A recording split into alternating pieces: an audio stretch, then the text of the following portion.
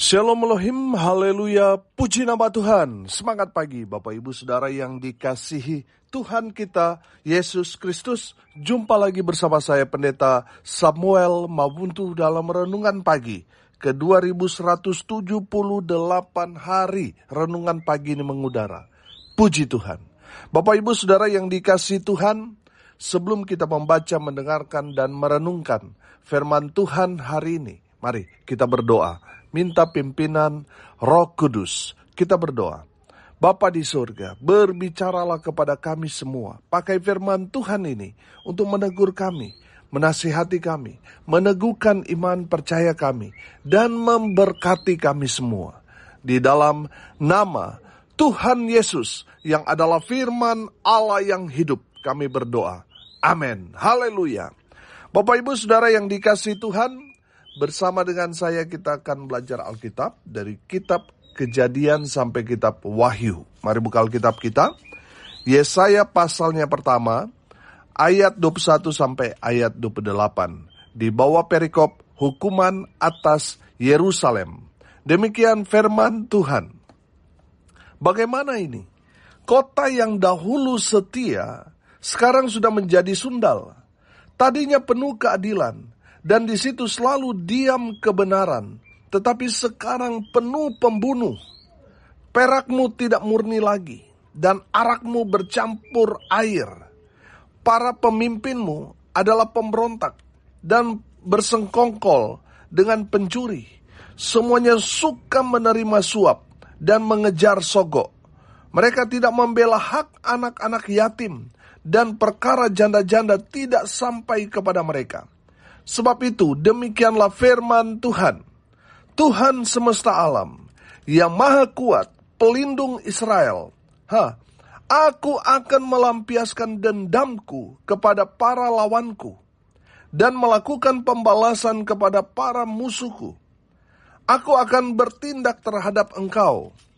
Aku akan memurnikan perakmu dengan garam soda, dan akan menyingkirkan segala timah daripadanya. Aku akan mengembalikan para hakimmu seperti dahulu, dan para penasihatmu seperti semula. Sesudah itu engkau akan disebutkan kota keadilan, kota yang setia. Sion akan kubebaskan dengan penghakiman yang adil, dan orang-orangnya yang bertobat akan kubebaskan dengan tindakan yang benar. Tetapi orang-orang yang memberontak dan orang-orang berdosa akan dihancurkan bersama, dan orang-orang yang meninggalkan Tuhan akan habis lenyap. Amin. Haleluya. Bapak Ibu Saudara yang dikasihi Tuhan, firman Tuhan ini bicara tentang hukuman yang akan menimpa umat Tuhan. Pertanyaannya sekarang, kenapa Israel mau dihukum Tuhan? Apa alasan Tuhan? Saudara perhatikan, Tuhan menghukum Israel karena yang pertama, karena Israel berubah setia. Perhatikan ayat 21. Bagaimana ini? Kota yang dahulu setia, sekarang sudah menjadi sundal. Tadinya penuh keadilan dan di situ selalu diam kebenaran, tetapi sekarang penuh pembunuh. Bapak Ibu Saudara, perhatikan ada perubahan yang sangat signifikan. Yang dulunya mereka setia beribadah, sekarang apa? Sudah menjadi sundal. Apa itu sundal? Sundal itu sama seperti dengan melacurkan diri. Artinya apa? Dia tidak setia kepada pasangannya. Dia tidak setia kepada Tuhan. Itu sundal artinya.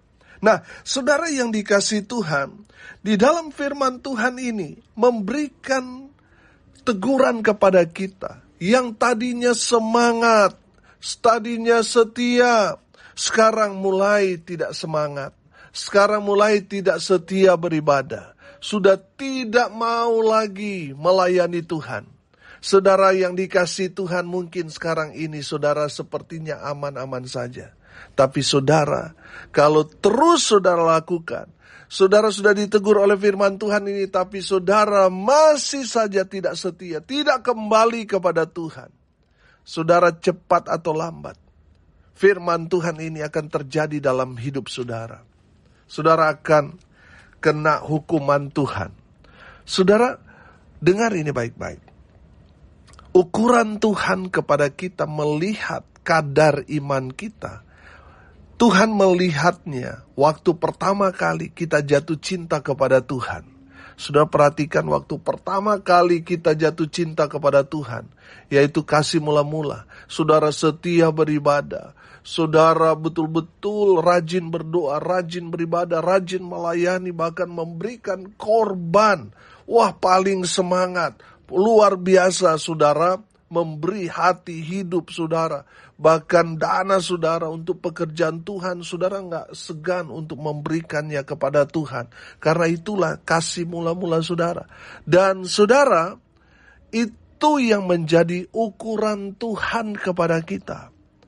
Pertanyaannya sekarang, apa yang kita lakukan waktu kita pertama kali jatuh cinta kepada Tuhan? Yang tadi saya bilang, semangat, beribadah, melayani, berdoa, baca firman, bahkan memberikan korban dalam pelayanan, begitu bersemangat. Sekarang masih nggak saudara lakukan itu? Atau jangan-jangan, aduh itu dulu Pak Pendeta, kalau sekarang udah nggak seperti itu, berarti saudara sudah kehilangan kasih mula-mula.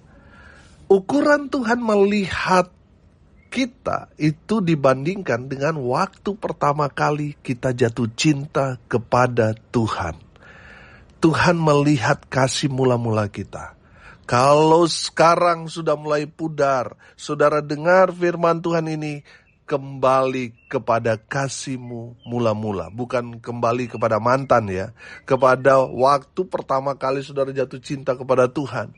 Semangatnya saudara berdoa, beribadah, baca firman, melayani, berkorban. Itu harus berkorban sampai Tuhan panggil kita. Amin. Haleluya. Saudara yang dikasihi Tuhan, ada berapa banyak orang berubah setia. Justru di saat dia diberkati. Waktu susah, waduh setianya luar biasa. Sampai mau tidur di gereja karena belum punya apa-apa. Dia kemudian berdoa, puasa, sampai Tuhan memberikan dia pekerjaan, usaha, sampai dia diberkati dengan luar biasa. Tapi celakanya, justru di saat dia diberkati, dia berubah setia. Bukan hanya berubah setia pada pasangannya, justru dia lebih fatal lagi melakukannya. Dia berubah setia kepada Tuhan. Saudara yang dikasihi Tuhan, kalau saudara berubah setia, saudara berhadapan dengan Tuhan. Tuhan akan menuntut saudara. Waktu saudara susah, saudara mungkin bernasar, saudara berdoa supaya saudara diberkati, saudara mengikat janji dengan Tuhan. Kalau saya diberkati, saya mau ikut Tuhan, saya mau setia, bahkan lebih daripada sekarang. Tapi setelah saudara diberkati, saudara melupakan Tuhan. Saudara akan kena hukuman kalau saudara tidak bertobat, tidak kembali kepada Tuhan. Saudara akan kena hukuman. Sama seperti yang dialami oleh Israel. Mereka kena hukuman Tuhan karena apa? Mereka berubah setia. Bapak Ibu Saudara yang dikasihi Tuhan, tetaplah setia. Mau diberkati ataupun tidak. Tetaplah setia kepada Tuhan. Setia ikut Tuhan. Setia beribadah. Setia melayani Tuhan. Setialah karena yang Tuhan lihat adalah kesetiaan hati kita. Amin. Apakah kita tetap setia di saat suka maupun duka? Atau justru jadi pengkhianat? Karena gak tahan hidup susah, menderita, miskin, akhirnya saudara menjual iman saudara. Saudara meninggalkan Tuhan, saudara akan kena hukuman. Atau di saat saudara diberkati, saudara meninggalkan sumber berkat. Demi berkat dalam tanda kutip, saudara salah besar. Cari sumber berkat, maka berkat itu akan mengikuti saudara. Saudara, saya banyak temui orang. Di saat mereka diberkati, justru di saat itu mereka berubah setia kepada Tuhan. Saudara, berkat itu juga hati-hati. Berkat itu juga bisa menjebak saudara. Kalau saudara lebih memilih mengejar berkat, saudara kehilangan sumber berkat, itu sudah berhala saudara. Hati-hati dengan berkat yang kita terima. Tetap setia kepada Tuhan. Amin. Yang kedua, saudara, kenapa Israel dihukum Tuhan? Karena mereka tidak murni hatinya. Perhatikan di ayat 22. Perhatikan ayat 22. Perakmu tidak murni lagi dan arakmu bercampur air. Saudara yang dikasihi Tuhan, saya melihat di sini Israel mulai kompromi. Ini yang menjadi masalah.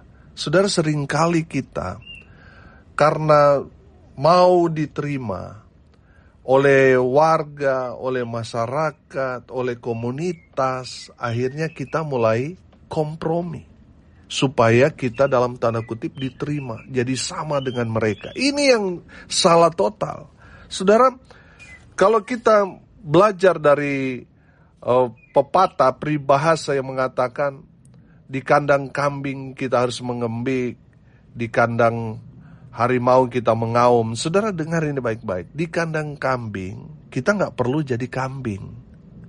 Di kandang harimau kita gak perlu jadi harimau. Betul? Saudara, banyak orang kan begitu. Untuk menjangkau orang-orang yang memakai narkoba, ya kita juga harus pakai, Pak Pendeta, supaya mereka terima. Nah, ini salah total. Saudara, kalau mau memenangkan mereka di dalam komunitas-komunitas yang sudah salah jalan, saudara gak perlu hidup sama seperti mereka.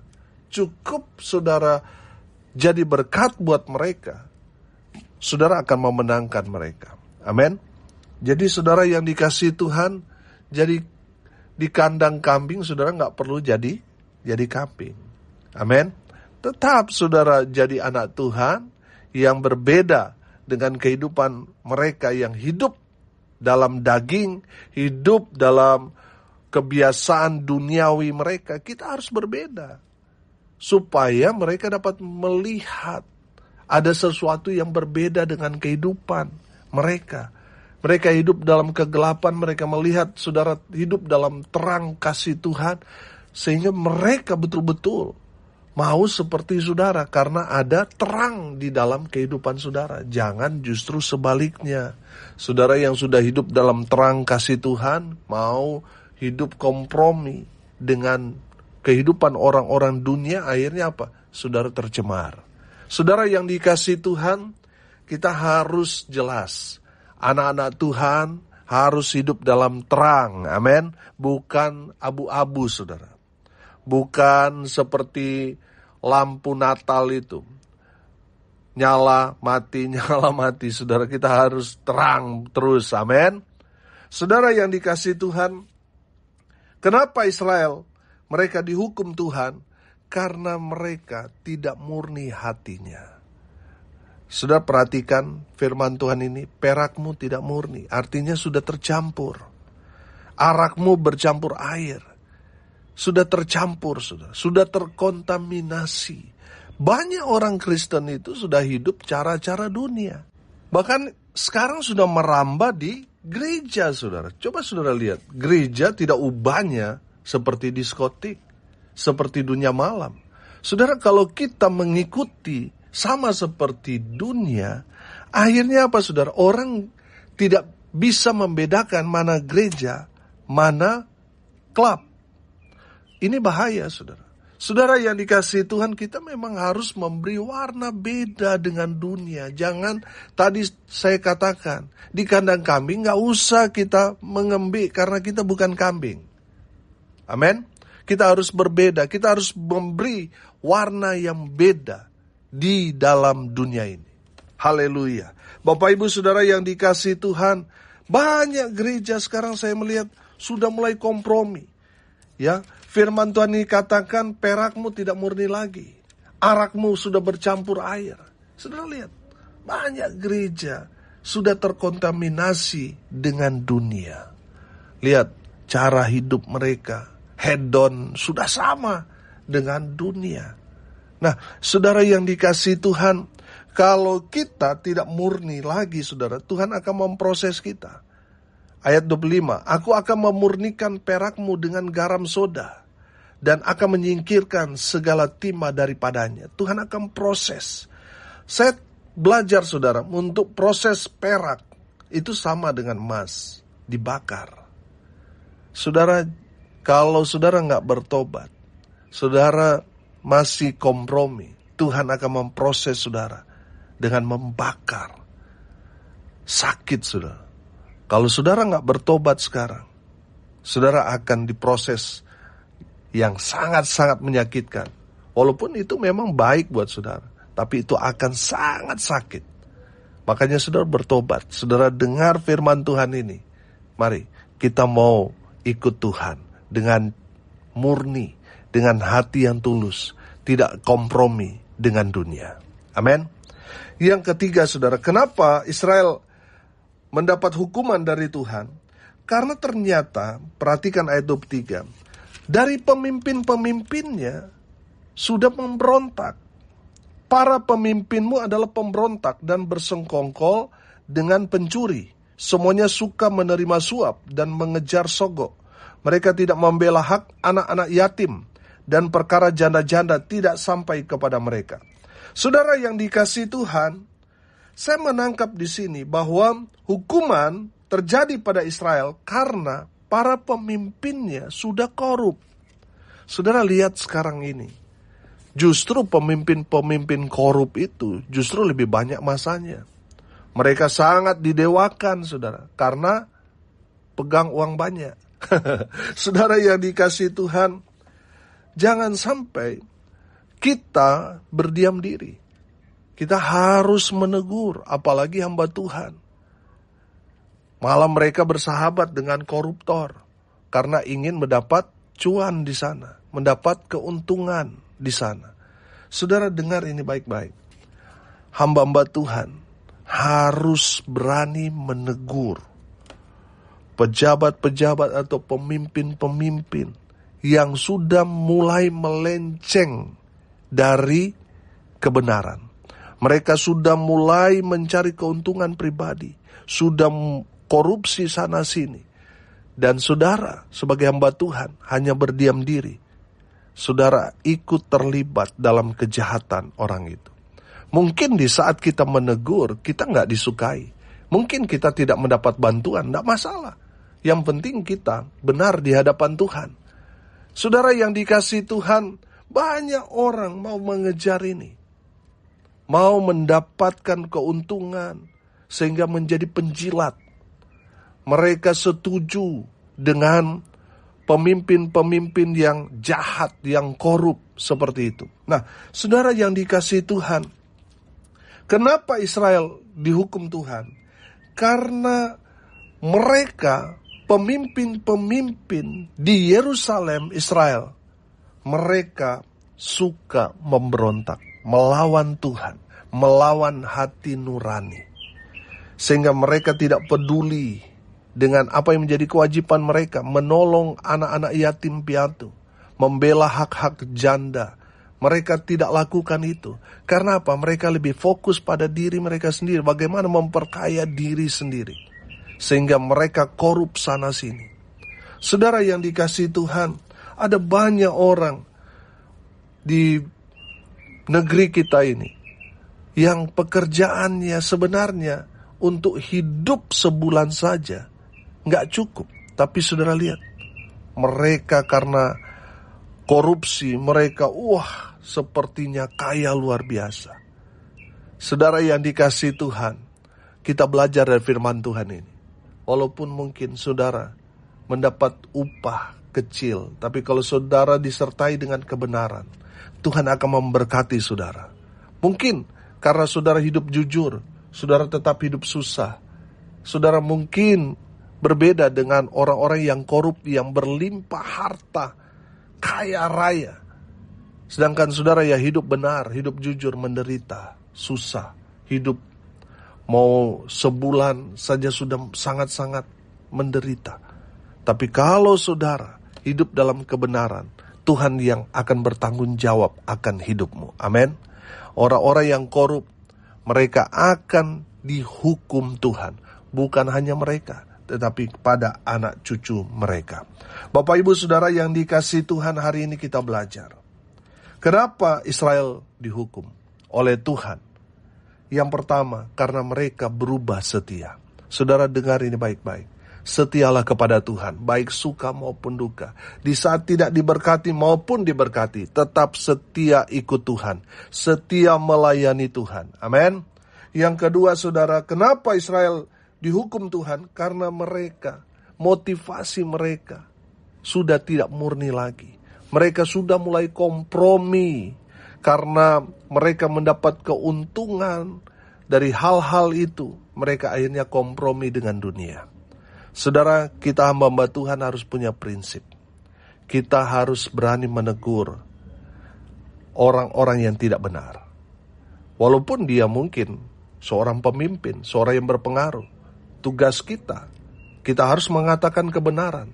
Walaupun mungkin konsekuensinya kita tidak disenangi, kita tidak disukai. Tapi minimal kita sudah mengatakan kebenaran. Amin.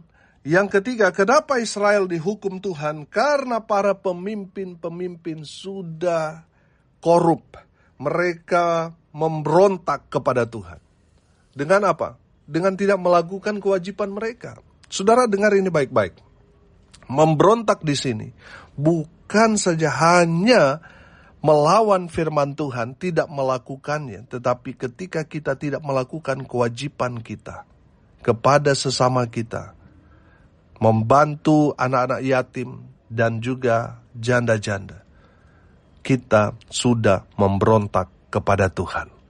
Dan orang yang memberontak kepada Tuhan, mereka akan dihukum oleh Tuhan.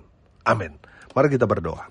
Terima kasih Bapa di surga sudah berbicara kepada kami semua, menegur dan memberkati kami melalui firman Tuhan ini. Berkati semua pendengar dimanapun mereka berada. Tuhan memberkati hidup mereka, sehingga mereka lolos dari hukuman karena mereka melakukan kebenaran firman. Berkati hidup mereka, rumah tangga mereka diberkati, usaha pekerjaan pelayanan mereka dibuat beruntung berhasil dalam segala hal. Mereka yang sakit, baik yang ada di rumah maupun di rumah sakit, Tuhan Yesus jamah oleh bilur-bilur darah Yesus. Mereka yang sakit disembuhkan, mereka yang lemah dikuatkan, mereka yang saat ini sedang berduka cita diberikan penghiburan kekuatan di dalam nama Tuhan Yesus. Hamba berdoa, biarlah berkat Tuhan dari surga turun memenuhi semua pendengar. Bapak Ibu Saudara yang dikasihi Tuhan, arahkanlah hatimu kepada Tuhan dan terimalah berkat dari Tuhan Yesus. Tuhan memberkati engkau dan melindungi engkau. Tuhan menyinari engkau dengan wajah-Nya dan memberi engkau kasih karunia. Tuhan menghadapkan wajah-Nya kepadamu dan memberi engkau damai sejahtera. Di dalam nama Tuhan Yesus, sumber segala berkat. Yang percaya katakan, amin. Puji Tuhan.